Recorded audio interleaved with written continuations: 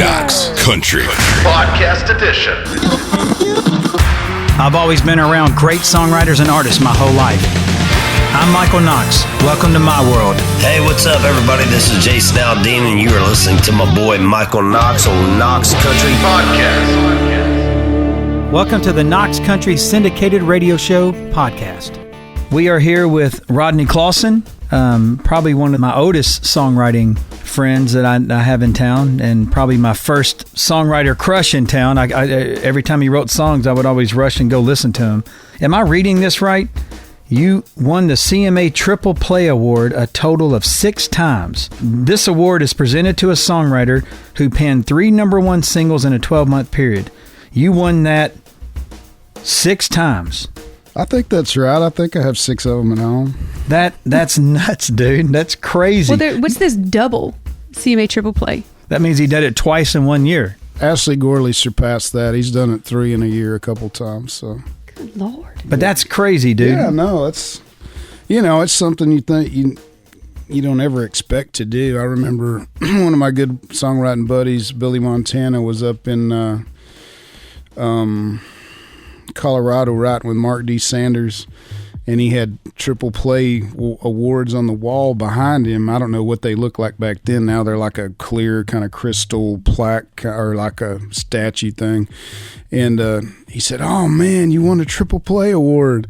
And he said, "Yeah." He said, "I won that one." And then he moved, and there were 2 or 3 more behind him on the other side. And he said, and we were talking about like, what would it be like to win a triple play award? Oh my gosh. And then to actually do it, it's like those things you don't ever expect to happen, But dude, to get in a role like that, to get into that consistency that you did is very rare. I mean, I've been around for 25 years and I haven't seen it but a couple times, and that's crazy, dude. I'm just sitting here just telling you that's awesome.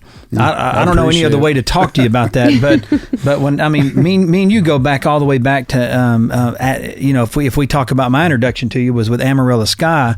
I heard it off the McBride and the Ride cassette back in the day. That's where we heard it, and then we pulled it off and cut it on Jason. But then Why was our first #1, which you wrote.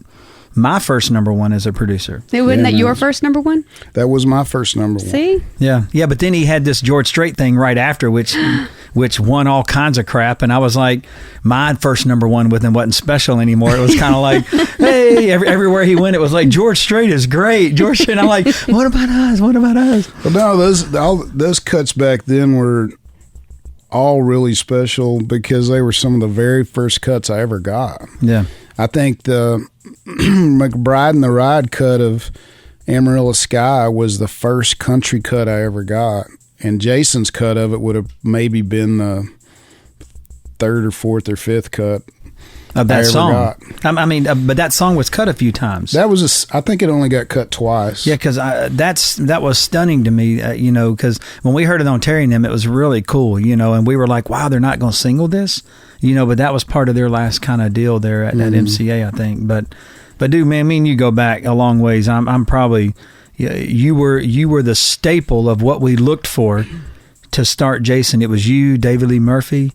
At the very beginning, that's where, and then John Rich. Those are the 3 writers we went after. But you were such the one I clicked with the most. I was like, man, I love your melodies and writing, and that kind of fit Jason so great, man. So we wore you out there we're still wearing you out, but we wore you out really good the first. Well, not on this record. Yeah, on previous records. Yeah, on previous records. Well, you started getting too many cuts. We had to take a break, to dial it back. I understand how that goes, So, but no, that was, man, that's pretty cool. Because you were like John Rich's publisher. Yeah, I signed John back during that time too. I signed him when he left Lone Star. Yeah, and I signed him over there, and then that's kind of how I got introduced to you, because I kept seeing your name on songs, and then Michael Martin and those guys came to Warner Chapel to start a venture, and you were their writer. So I approved to fund that as well with Whipperman. And then that's where we got introduced. But I was trying to sign you, and then they brought you in. I don't know if you know that. With Vicky McGehee brought it up, and because I had signed her, and I said, man, I love this Rodney guy. And then they go, well, he's writing for Michael Martin and Dubois Company, and we couldn't compete. Yeah. So I felt like we got it anyway. So, Yeah. but dude, It all worked out. me and you go back to the beginning of my whole music experience. Almost 20 years now. Yes. Yeah. And, so I'm probably your biggest producer fan in town. So that's all I can tell you. So, but I'm reading over everything, and we all we try to start the show by bragging on the writer, and I'm sitting here going, man, this would be the whole 30 minutes, like reading your resume. But I do want to talk about I Saw God Today, because that was a very strong song. And that was your first song of the year, is that right? And it was. I've never actually won a songwriter song of the year in any organization, but that won single of the year. Yeah, CMA single of the year. So that goes to the producer and artist. Right. That's the award I like. Yeah, that's the Michael Knox. That's the award I like to win. Is that one? But dude, I remember. But that hung number one. Wasn't it more than 1 week? I mean, that was his record-breaking number one too. Right. It was his 56th. Yeah. It broke somewhere like Elvis or Michael Jackson or somebody's record of It was insane. number ones. But he, that was a big cut for me, being from Texas. To have a George Strait cut. I mean, I grew up listening to George Strait, and he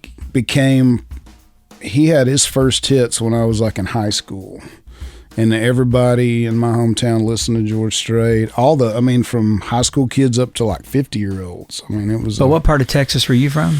I grew up in a little farm town north of Amarillo called Groover. And the way I tell people here in Nashville, if you get on I-40 and you drive 900 miles west, you'll hit Amarillo. And if you go 90 miles north, my hometown is right at the top of the Panhandle, a little farm town, about 1,200 people. Yeah. So, because my dad was born in Happy, Texas. No, I know right where that is. Yeah, it's right south of Amarillo, like 20 miles, 30 miles. The only sign there is, now you're leaving Happy, Texas. There is no sign of you are entering Happy, Texas. There's only 300-something people. And there's been a movie called Happy, Texas. Yeah. But I don't think that was about Happy, Texas. I don't know. But man, talking about some of your stuff, I mean, you've had a run of hits with a lot of different people. But Drunk on You, Luke Bryan, I mean, to me, that's probably one of his biggest songs he's ever had too, and was that something with that you were writing with Luke, or is that something you were writing for Luke? No, I've had three number ones on Luke, Drunk on You, Crash My Party, and Fast, and we wrote Fast with Luke. And Crash My Party and Drunk on You were outside songs. But that was actually a really big cut to get at that time for me, because Luke had never cut any outside songs. And his producer, Jeff Stevens, was at the time just like trying to talk him into, just a couple, 2 or 3 songs a record. Like, let's just find some of these other songs out there and put them on the record. And that was one of just a couple of 2 or 3 songs on that record that were outside songs, and we got to single. It got singled and ended up being a number one. But that was a big deal for me to get that cut. And then another one of my favorites, by Jake Owen, is Barefoot Blue Jean Night. I mean, I didn't write that though. You produced that I one, was right? a producer. Yeah, okay. That's awesome. I didn't know that. I was your competitor on that. Yeah. So do you still like it? No. I mean, was that you and Joey that produced that? That was Joey and I. That was kind of a weird thing that happened where Jake, we had met Joey and we liked Joey, and we knew he wanted to kind of start dabbling in country stuff, because the Nickelback thing was he was kind of done with that, and he was just looking for another thing to do. And Jake had cut a song of mine with Tony Brown, and they didn't like how it turned out. And so I told Jake, I said, well, hey, this guy that he's produced Nickelback stuff, like, let me go in the studio with him and we'll recut this song on you and see how it turns out. And we did that, and then RCA wanted us to finish the record out, and we ended up cutting, let's see, Barefoot Blue Jean Night, and then We had 4 number ones on that record, whatever. Well, how was that coming from a producer and not a songwriter? Because at that time, you were at a pretty high-level songwriting. You know, you were getting a lot of cuts as a songwriter. Yeah. Was that hard to listen to songs and think you couldn't beat it, or things that bugged you about a song and you wanted to fix it, or anything like that? You know what? I honestly didn't enjoy the process. And it made me just want to go back and be a songwriter, because just sitting in the studio editing or doing vocals on somebody, and then having to edit vocals and all that, it's just so tedious. And the whole time I'm thinking, like, I could have written a hit song during the time while I was sitting down here. It was actually very educational for me to know what you guys go through. Well, like when I send you a song that I think is a smash, and you go like, well, we don't need that. We already got that. Or I love this, but it's not right for this record. It made me understand that, because I had to go through that process during that time. Because I had a lot of great songs sent to me by a lot of people, and some of them ended up being hits on other people that we ended up passing on and not cutting. Yeah. But it made me understand what you guys go through, you know.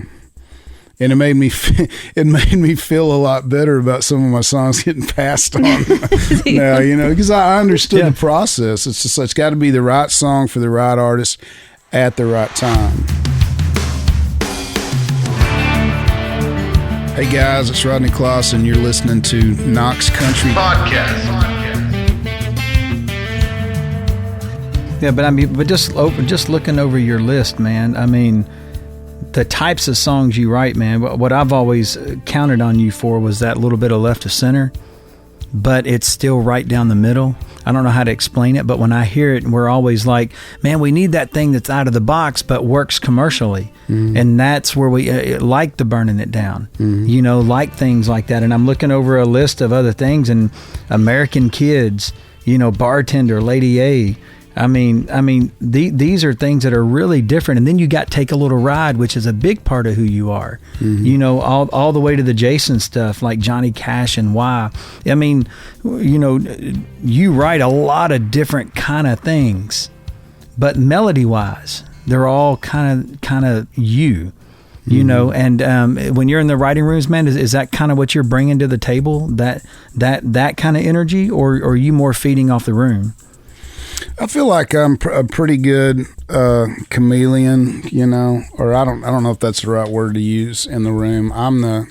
I can be whoever I need to be in the room. I feel like I write with a lot of guys that they come in, you got to write their idea and with their melody, or they can't write. Like, they can't participate in the process because they just aren't wired to do that. And I feel like I can lead, I can have the idea, I can set the melodies, I can come up with the chord, I can do whatever I need to, I can be whoever I need to be in the room that day. And I think that's been a big part of my success, you know, and I can take the reins and lead the charge, or I can sit back if somebody else, you know, is leading us what I think is down the right road. I can sit back and just try to fill in the blanks. You know, where have you had your biggest success, when you were leading, or when you were kind of following what the room? It's a mishmash of a lot of different, you know, all the. I would say it's probably equal all the way across the board. You know, my first hit I had on radio, I feel like first top 10 was Sweet Southern Comfort. Like, I had that idea and that melody and that a few of the lines when I came to town. I had my first top 20, I Can't Be Your Friend. I had that song, a chunk of that written when I came to town. Yeah, you know? But that's hard to do these days, because I was coming back and forth from Texas, so I'd come to town with, you know, a few half-written songs to throw out to people. But well, I like and you've had a good run with FGL. You know, some of those singles. You know, Round Here is one that I really liked from them. You know, that was one that when we heard it, we wished we could have heard that too. Mm-hmm. You know, but it was written with them, I guess. No, we wrote, that's a kind of an odd story. We wrote that with Thomas Rhett. Yeah, and Thomas Rhett didn't cut it. So, well, he's had a few of those because we cut some things. I think I cut his first song, Thomas Rhett's first song with Jaron Boyer, and I Ain't Ready to Quit or something like that. Back on the My Kind of Party record, and that's when I met Thomas. And then they came in and we played him the cut, and that was the first time I ever met him. Rhett called me. Said, "Man, can my son come over and hear his cut?" And I remember calling it and hooking that up. So were y'all writing for his record, and then it just ended up? Yeah, we wrote quite a bit with Thomas Rhett back then for his first record, and it was Chris Tompkins and Thomas Rhett, and I wrote the song, and then he didn't cut the song on his first record, and FGL got a record deal, and Seth called him up and said, "Hey, we're going to cut this on FGL." So Thomas Rhett ended up getting a FGL #1. So. Yeah. All right, now I'm finding out cool things about you. I didn't know you had like a boating team, or a boating team, or no. I fish bass tournaments, kind of at a mid. It's probably like if it were baseball, it'd be like the AA, AAA level. So have you won tournaments? Oh yeah. I average winning maybe. Probably one a year. I fish 10 or 12 a year. So you like wear the NASCAR I do. jumpsuit? I've got the NASCAR jersey. My boat looks like a NASCAR. It's Big Green Egg has sponsored me for 6 or 7 years now. So what, if you see a Big Green Egg boat going up and down the interstate, it's my boat because I'm the only guy in the U.S. that they sponsor. So that's awesome. So did they do that because of your affiliation with songwriting? Kind of, because a buddy of mine had a Big Green Egg sponsorship, and I met them through him. He fished FLW and Bassmasters Elite Series, which is the highest level of bass. That's NASCAR of bass fishing, the highest level.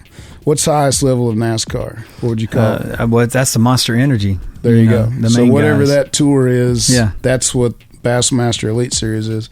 But I think they ended up dropping him, but they kept me on because they just pay my entry fees, and then if they have like cook-offs around the country, and they'll call me and say like, "Hey, we find a couple of songwriters to come out and play this cook-off," and it's a pretty good gig for these young guys that I think Jaron Boyer's been down there and done it, but they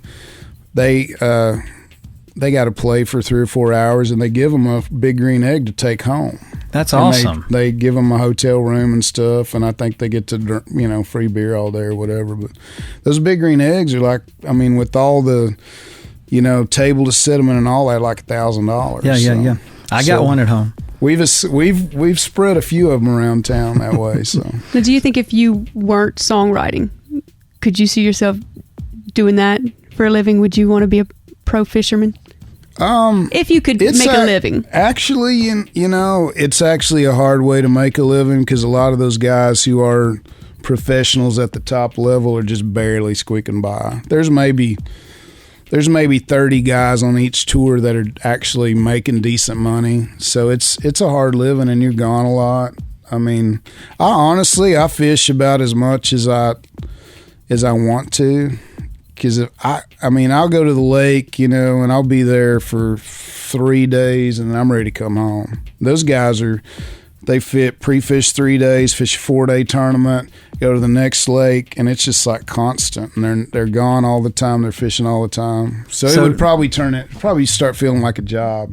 And then I wouldn't want to do it. So, but when you're at the tournament and they introduce you, do you have a group of people that follow you and don't know you're a songwriter? No, I think they all know I'm a songwriter by now. So, but at the beginning, it's like Rodney Clawson. He caught a 8-pound bass, and then he wrote "Bartender" this weekend. Yeah, they pretty much know now, but it's pretty cool because it's kind of like, Nashville, if you're out at a restaurant and you see Jason Aldean or Keith Urban and his wife or whatever, people like leave them alone for the most part. And these guys out there are the same way. They're pretty, they don't bug me about it too much. So, but that's awesome, dude. You get like a discount at Bass Pro Shop and stuff, or no? I actually have quite a few sponsorships where I get stuff for like half price, and that's cool. I get X amount of dollars worth of product a year. So what kind of boat is that? What do you got? I got a 21-foot Triton. So TRX. Clark Marine is my sponsor. I have a trotting team deal. So. But you're not allowed to have like the big speakers and stuff out there. And I could put those on my boat if I wanted to, but the fish can hear that though. Yeah, I don't know. They would be running from me. Knox Country Podcast Edition. Some of you know me as a record producer for acts like Jason Aldean and Thomas Rhett. Others know me as the son of rock and roll legend Buddy Knox, Party Doll fame back in 1957. I'm Michael Knox. Welcome to my world. You're listening to Knox Country Podcast. Hey, this is Keith Urban. What's up, y'all? It's your boys here, Florida Georgia Line. Hey, this is Little Big Town. And you're listening to Knox Country. You've entered Knox Country. Welcome back to the Knox Country Podcast. All right. Back to songwriting. Sorry. What songs? I know these are common questions, man. But what songs are big highlights to you? Which ones really hit a spot where you were like, man, I'm going to the next level. This is great. I know the earlier stuff, like I Saw God as an obvious one, but are there things later when you were in your zone getting these Triple Play Awards and stuff where you did something in the middle of that and you were like, God, man, that really fueled me? Well, obviously early on, there's few songs I feel like are the really hard ones to write, or not. On the day you write them, they're not hard to write. Some of these songs only took like an hour or two to write. It just happened on that day.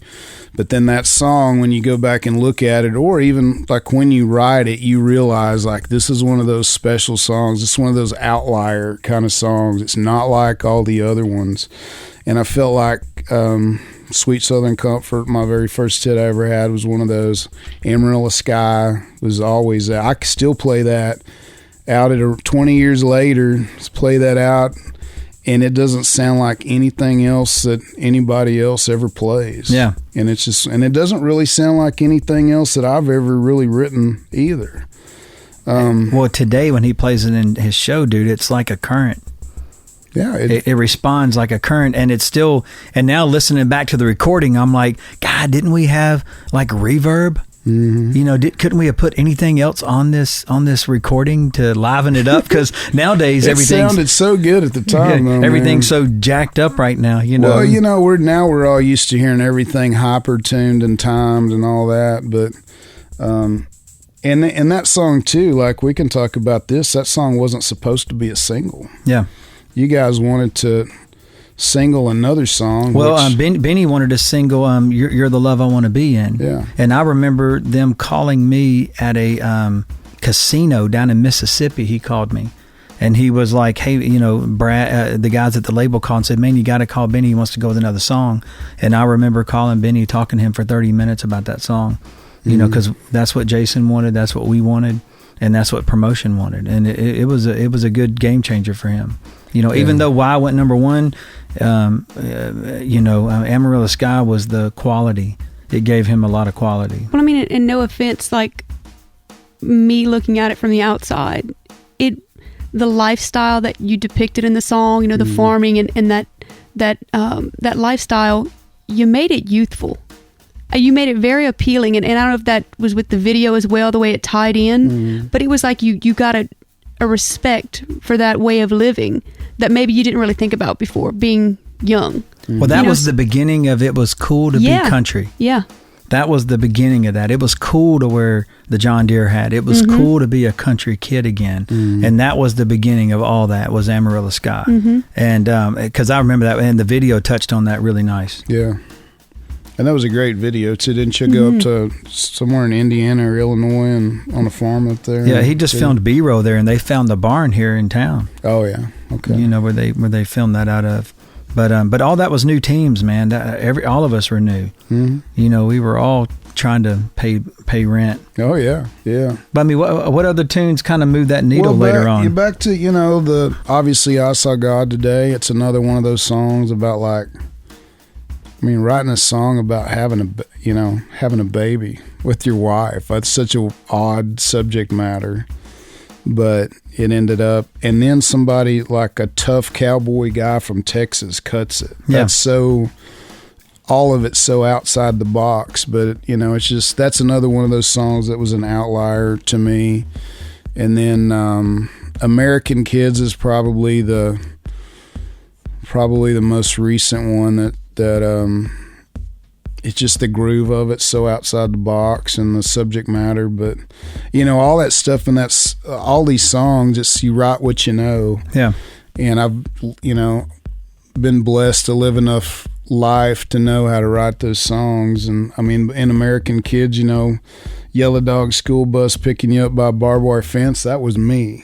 That was one of my lines in that song. And I walked out of my house in about 50 yards, and I had to walk down to a spot where the bus could turn around and go back down the dirt road, and it was standing there by a barbed wire fence waiting on the bus every morning, so but yeah, American Kids was one of those songs too that I felt like was just different. Yeah. And kind of had an unusual groove and a little bit of an unusual, Have you had a lot of Kenny Chesney interaction? I mean, I actually had that's that song, and then I had the next single, Till It's Gone, that I wrote with David Lee Murphy. So I had back to back on him, and had a run of Chesney stuff there, but. Is that how you do you see that happening a lot with you with Pockets? Yeah, it's kind of like Jason and Florida Georgia Line have been probably my two most consistent artists that I've had success with. And then I had a little run with McGraw over a couple of records, and then I had a little run with Chesney over a couple of records. And is that just out of coincidence, or is that out of relationship? I think they figure out who they start hearing your stuff, and then it's different to them, it's new to them, and it's fresh to their ear, and they like it, and they cut a few of them. And then I actually had back-to-back singles on McGraw. I had One of Those Nights and Southern Girls were back-to-back singles. So, well, man, your path to Nashville was pretty long. I mean, you were traveling back and forth a lot back in the day, if I remember correctly, and I mean, today it seems like things happen a little easier for people. They get the publishing deal, they come in and they complain if the water's not in the refrigerator or something. But I remembered you weren't you driving? Yeah, I actually didn't start writing songs till probably my late 20s. And my first trip to Nashville was probably, I think, 96. And by 99, I'd written enough and hung out with enough people. I was like, I think if I come to Nashville once a month, like 1 week a month, and just write, I can get a publishing deal. And December of that year, I had two different companies call me to give me wanting to give me a publishing deal. So you weren't doing anything back at home, like playing? I was farming with my dad. And I grew up in a dry county. I mean, I never played in bars. I never tried to be an artist. I just kind of wrote songs at home. You still live in a dry county? No. Thank goodness, huh? Is Davidson County dry? But that's interesting. I mean, because what were you doing in high school? I mean, were you just? I was just like a normal kid. I was in. Small town, you do everything. I was in band and choir, but I played every sport. I played college football for a year, and then went back home and started farming. And were you playing instruments in high school? Yeah. I played. I grew up playing piano, and then I learned how to play guitar. I bet you can never guess my high school band instrument, though. Flute? No, not flute. Trumpet? No. Well, oboe. Oboe. Really? Oboe. So what made that? Really? It was just nobody else could play it? I won like piano. I mean, you didn't. When you went to piano competition, you didn't really win. You got like ratings. Like I did. I did good. I was pretty good at that stuff. And so as like a 7th grader coming into band, like I could read music and all that, so that they said, well, here's a pretty hard instrument to play, here, try this. Yeah. And so I actually got offered college scholarships to go play oboe and Really? college orchestras. That's the man awesome. who wrote, you know, Yeah. All But I seriously, these I haven't 24 played- number ones I played haven't oboe. played it since I was 18, so that was a long So on the next time on the ago. next record I produce, can I get you to play some oboe? I could probably come in and I could probably I'll grab my flute and we can do a little freshen duet. back up. We could, couldn't we? Hey guys, it's Shalacy. Check us out on the web at knoxcountry360.com or on Facebook, Instagram, and Twitter at knoxcountry360. But yeah, I did all that, and then when I figured out I could write songs, started coming. What's funny is people had no idea that I didn't live in Nashville because they would see me like once a month. Well, there's people that I probably hadn't seen you in 3 or 4 months. Yep. You know. Yep. So you could have been in Texas this whole time or whatever, but it's like people had no idea I didn't live here. Yeah. So I would show up and write for a week, and then I would go in the studio on Friday night or Saturday before I left, and I would demo the songs, and then I'd go back to Texas and farm. Yeah. And I did that with a publishing deal, I did that from 2000 to the middle of like 2005. Yeah, but now your vocals are what stood out a lot on the demos, and that was never a path that you wanted to take artist wise. No, man, I don't know. I've never had the desire to get up or just. It feels like, these guys that want to be artists. It's almost like you have to sell your soul to the devil to do it. I mean, you got to be willing to do anything. Yeah. Not anything, but you got to be willing to take it to the limit. Yeah, you got to give up a lot. You got to give up a lot to do it. And I never had that desire to do it that bad. And I knew you had to. So I was and I had success with the songwriting pretty early. I wrote Amarillo Sky the first year I had a publishing deal. Yeah. And another song called Do You Wish It Was Me? Yeah. That you guys cut. Yep. And so I But that also got cut on the guy from Nashville Star. One of the winners of Nashville Star cut Do You Wish It Was Me? Because that's where we heard it too. And we were like, no, we got that, and then and we kept saying, play us that other demo. And he had cut it first. Most people forget that Miranda got second or third that season. Yeah, she got like third that She year. was smart enough not to sign the record deal, though. But yeah, now coming forward now, you're married, and your wife is writing some hit songs too. Oh yeah, she's killing it right now. I mean, but she got on a big run, wasn't she? Songwriter of the year or something like? No, not she. I mean, she's got 3 songs in the top 15 right now.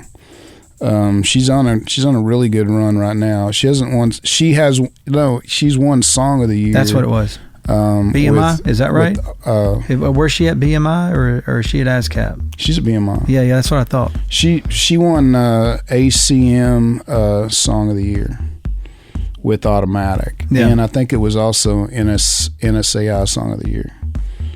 So Shout out, who's your wife? Nicole Gallion. There you go. Yeah, so At home, she's Nicole Clawson, but when she goes out to write, she's Nicole Gallion. So How do you feel about that? is that a hyphen? No, we kind of planned all that out because when she started songwriting, she got her first publishing deal in 2008 with Warner Chappell. Yep, I remember all that. And we kind of planned it out, kind of just schemed it out to where like, okay, we're not really going to write together because if we get it cut and have a hit or whatever, nobody will give you credit for it. But she was in town writing before then a lot too. She got a publishing deal within a couple of years of starting to write. Yeah. No, that was very smart, and I think that was very smart, for her and for her career. Yeah, no, and it's been a long road, but now she has her own brand. Like nobody, she has, my name's not on the song. It's Nicole Gallion, but not one person has ever thought like, oh, she got that cut because she's That's Rodney awesome. Clawson's wife or whatever. She has her own brand, and she just re-signed with Warner Chappell for another 3 or 4 year run. And now, do y'all guys write together now at all? We've started to write a little bit. We got a cut on Luke Bryan's brand new record that's out right now, a song called Win Life. Mm-hmm.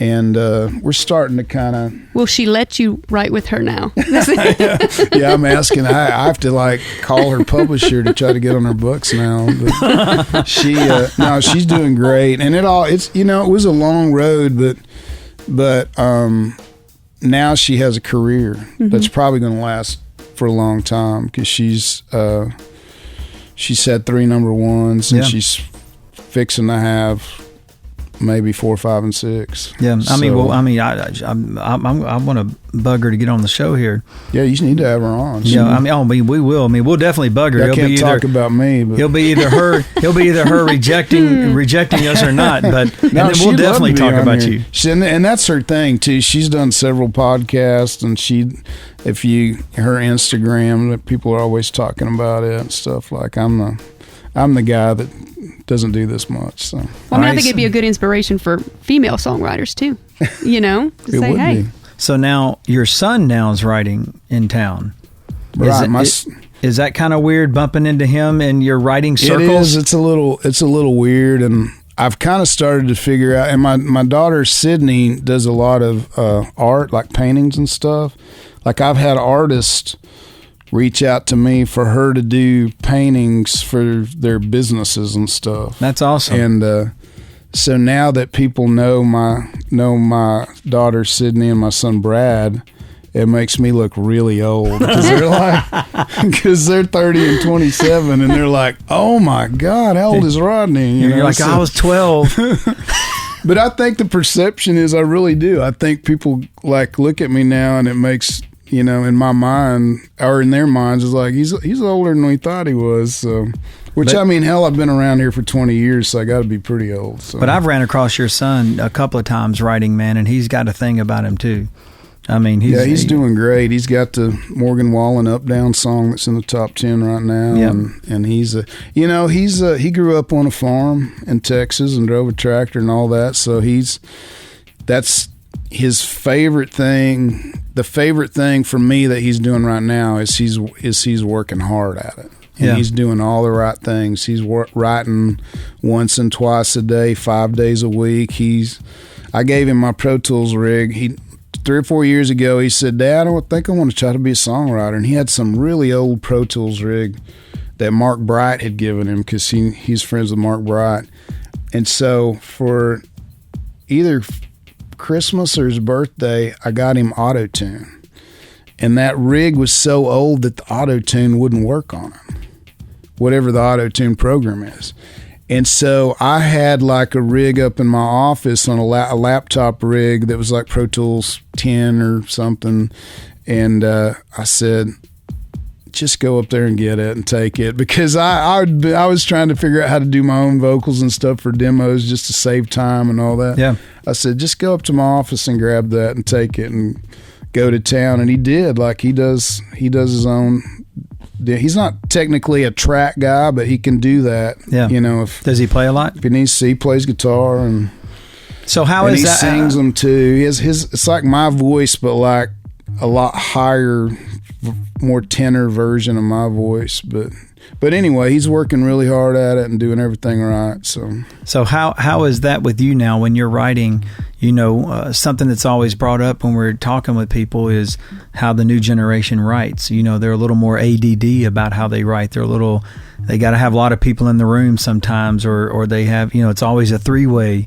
It's not a co-write that much anymore. Mm-hmm. Do you find that different for you, or do you find that being something that it's easily that you adapt to pretty quick? Because a lot of the old stuff was co-writes with no track guy, and now it's like this track guy with 2 or 3 people in the room too. Yeah, I've had to adapt to that. We went from, honestly, 5, 6, 7 years ago, it's like, why would we give away like a third of a song to some guy that is not going to contribute? Because we can go in and demo it, but the sound that people want to hear now and artists want to hear, it seems to be like that whatever the track guy's sound is, and they're all different. You know, they're all every guy.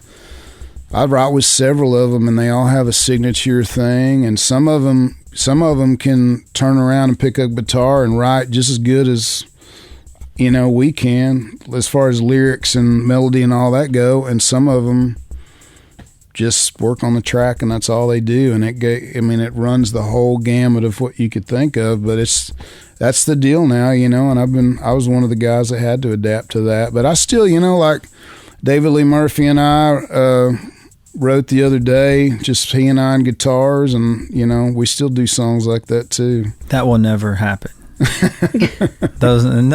Nothing will come from that. But me as a producer, listening to a whole bunch of songs, people pitching me songs, a lot of times it's easy to see those things. It's like we were talking to Dallas Davidson and the Luke Bryan, hunting, fishing, loving every day. I said, y'all didn't write that to a track, did you? And he goes, oh, no. I mean, you can pick those out now sometimes because they're so prominent now. And But you know what, man? Some guys do it so well that it's addicting, when you hear some of these tracks. Yeah, no, there's definite music hooks in them and definite sounds that have become popular, people want to hear. Yeah. Well, I think guys like you are, when you're thrown in a room with those guys, I think it's very beneficial for them because it's adding one more thing to that simplicity that they're used to writing with. That deeper lyric, that different melody. Having a melody guy in there with a track guy, I think is gold. Yeah. But when you just have young lyric guys, it's hard to kind of come out of there with what you need. Yeah, and but man, there's some really good. There's some really good young guys in town too, and that goes to what we're doing now. The next generation of guys, the Kane Brown, the Luke Combs, this whole new kind of generation of coming up, man. Are you feeling like that they're getting back to small town America a little better now? Because we were kind of getting away from it a little bit. There's a few guys that are doing some really good country stuff, and for me, it's almost like. The new guys coming up, it's like country split right down the middle, because like you have to me, the middle would kind of be Jason and Luke Bryan and Kenny and Tim. That's kind of the middle. And maybe there's a handful of guys still trying to do that, but it seems like the young guys, it's kind of split off to either real pop or back more country. Yeah, you got Walker Hayes and then you got Luke Combs. Yeah. And or boy, you got like John Party. Yeah, and John Party. And those are yin and yangs. Yeah. 3 yin and yangs, actually. It's a rock, country, and a pop influence. And they all 3 fit in our format. Yeah. That's crazy. I mean, but that's what's so great about our format that people seem to overlook is how diverse it is. And for us, too, it keeps, it's actually nice as a songwriter to get to mix it up every day. I don't have to try to write a 90s country song every day. I can go off and write a super pop song with somebody, and then I can write something right down the middle, and then I can write something really country. It keeps us fresh too, getting to bounce around and do different things every day. So yeah, well, that's cool, awesome. Okay, thank you. Yeah, hey man, I appreciate it, Rodney. Thank you for coming, man. Knox Country. Thanks for joining us on this episode of the Knox Country Podcast. Special thanks go out to co-host Miss Lacey Griffin and producer Donnie Walker. See you next time.